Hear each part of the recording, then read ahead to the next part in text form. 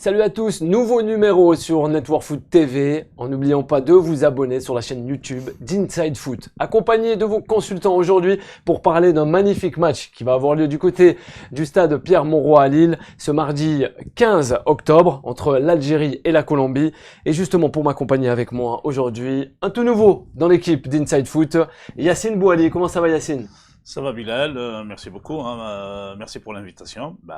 On va essayer d'être... à toi d'avoir accepté cette invitation. Je vous en prie. Le coach Tolé est juste à côté de toi. Comment ça va, coach? Ravi de faire mon retour. Ouais, content. Farid Rouas est de la partie aujourd'hui. Exactement. Ça va, très Farid? content d'être avec vous. Oui. Et Simon Balachef est avec nous. Hola a todos. Comment ça va, Simon? Ça va super bien. Et justement, à l'approche de ce match tant attendu par les supporters algériens, champions en titre, il faut le rappeler, l'Algérie, de cette Coupe d'Afrique 2019, mais sans oublier aussi de cette sélection colombienne qui a quelque peu une façon de renouer avec le succès, notamment pour ses supporters, ses aficionados, si je peux me permettre. Tu en penses quoi? Ce match amical arrive-t-il à point?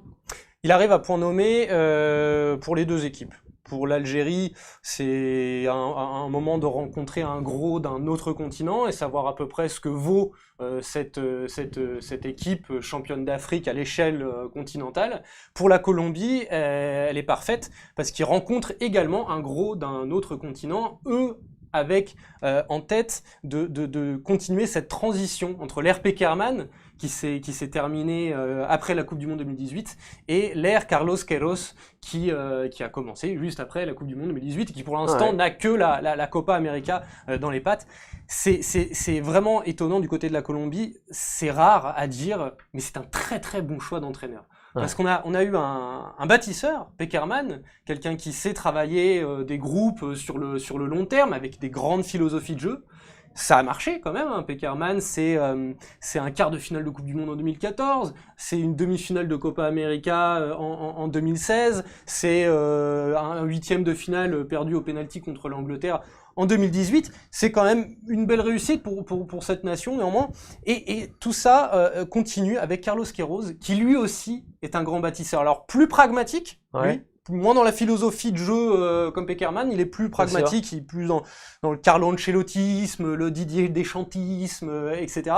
Mais en tout cas, oui, avec Carlos Queiroz, je crois que la Colombie a choisi la personne idoine pour continuer de faire grandir cette génération, la génération des James, qui commence à avoir de la bouteille à l'échelle internationale, mais aussi certains jeunes comme Yeremina et Davinson Sanchez en défense, par exemple, pour ne parler que cette charnière très talentueuse. Ça, c'est pour la Colombie. On va s'attarder avec les autres consultants. Merci Simon.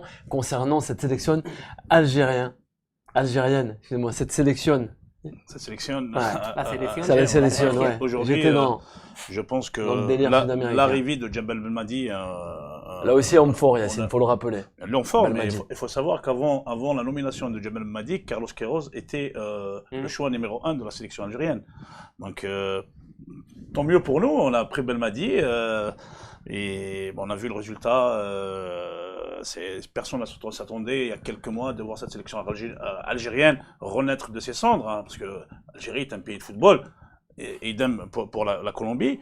Le match contre cette sélection colombienne tombe à point nommé pour voir vraiment, comme Simon l'a dit, le niveau de cette sélection algérienne. Il était assez relevé, cette phase finale, elle était assez relevée quand même de la Coupe d'Afrique des Nations. Ah oui, quand on joue le Sénégal, quand on joue le Nigeria, c'est exceptionnel. Ce sont deux grandes nations qui sont composées de très grands joueurs qui évoluent dans les grands championnats du monde. Mané aujourd'hui fait partie incontestablement des 3 voire des 4 meilleurs joueurs du monde. Donc l'Afrique a quand même le football, les sélections africaines ont vraiment près de la bouteille.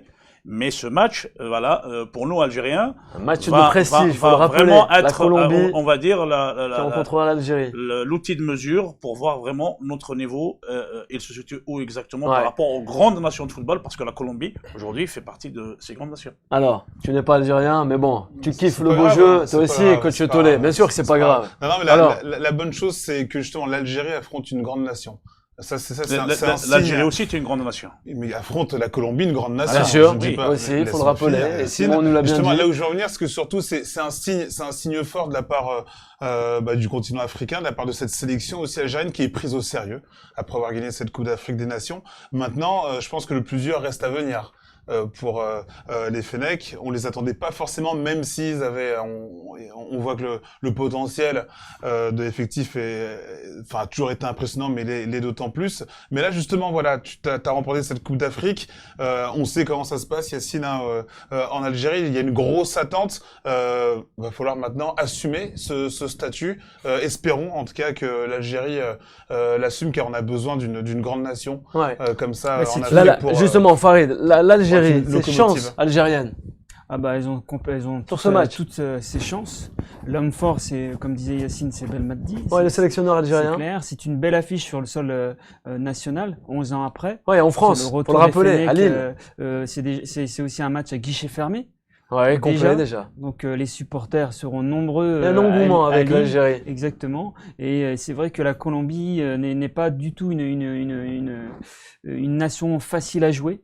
L'équipe de France peut en parler, mais l'Algérie va démontrer, je pense, durant ce match, qu'elle a dorénavant des grandes qualités sur le terrain et en dehors du terrain. Bien sûr. Simon, pour terminer avec Yacine. Loin de moi d'excuser une éventuelle contre-performance des Colombiens. Ouais. Je tiens juste à rappeler que Carlos Queiroz, pour ce rendez-vous international-là, a fait un choix fort en ne prenant ni James, Il est blessé. ni Falcao. Ce n'est ni pour des raisons de santé, il l'a précisé en conférence de presse, ni pour des raisons de santé, ni pour des accords avec les clubs. C'est un choix, choix propre du sélectionneur pour construire construire sa base sans ces deux cadors-là. En fait, il souhaite, en se passant de ces deux cadors-là, sans les bannir, c'est pas le propos, il souhaite essayer de former un groupe qui pourrait s'épanouir Ils sont quand même en méforme dans leur club respectif, non? Par rapport à la Colombie, ça ne marche pas. James, c'est le genre de joueur, il y a le James de club et le James de sélection. Mais il faut savoir que James a fait un communiqué de presse dans lequel il annonçait qu'il n'allait pas être présent au match de l'Algérie bien avant, ça veut dire 15 jours, il y a 15 jours il y a 2 ou 3 semaines avant. Donc là, je comprends pas en conférence de presse, Carlos Queiroz de dire que c'est son choix, alors que James l'avait déjà déclaré avant qu'il le décide. Parce que Carlos Queiroz, il faut juste préciser Bilal, parce que c'est rapidement avant les pronostics. Le match Algérie-Colombie se déroule à Lille, uniquement, parce que Belmadi aussi, dans sa conférence de presse, l'a bien précisé, parce qu'il n'y a pas de terrain pour l'accueillir en Algérie. Problème assez récurrent, malheureusement. C'est parce que Carlos Queiroz est notamment reconnu pour sa gestion humaine. Donc il y a fort à penser que bien en amont de sa sélection, Carlos Queiroz s'est entretenu avec James en lui donnant l'accord. Parfaitement d'accord. Certainement. Yacine, pronostic de ce mardi 15 octobre entre l'Algérie et la Colombie. Pour toi, le score? Une sélection algérienne avec 40 000 personnes acquis à sa cause. Un score, Yacine? Je dirais 3-1 pour l'Algérie. 3-1 pour l'Algérie. Pour Simon Balachef. Moi, je veux du spectacle pour les Lillois. On va lâcher un 3-3. Avec un doublé de Boulay, déjà un petit but de Slimani pour la forme. Et côté colombien, on va dire un petit doublé de Zapata et Uribe. Valderrama. Ça promet ça. Le coach Tollet, justement. De partout pour le coach Tollet. Et enfin, pour Farid Rouas. Je dirais un match assez serré, 2-1 avec un doublé de Slimani qui est en feu actuellement. Un grand merci à tous les téléspectateurs et téléspectatrices de Network Foot TV de nous avoir suivis. N'oubliez pas à bien vous abonner sur la chaîne YouTube et on se donne rendez-vous très prochainement pour un nouveau numéro d'Inside Foot.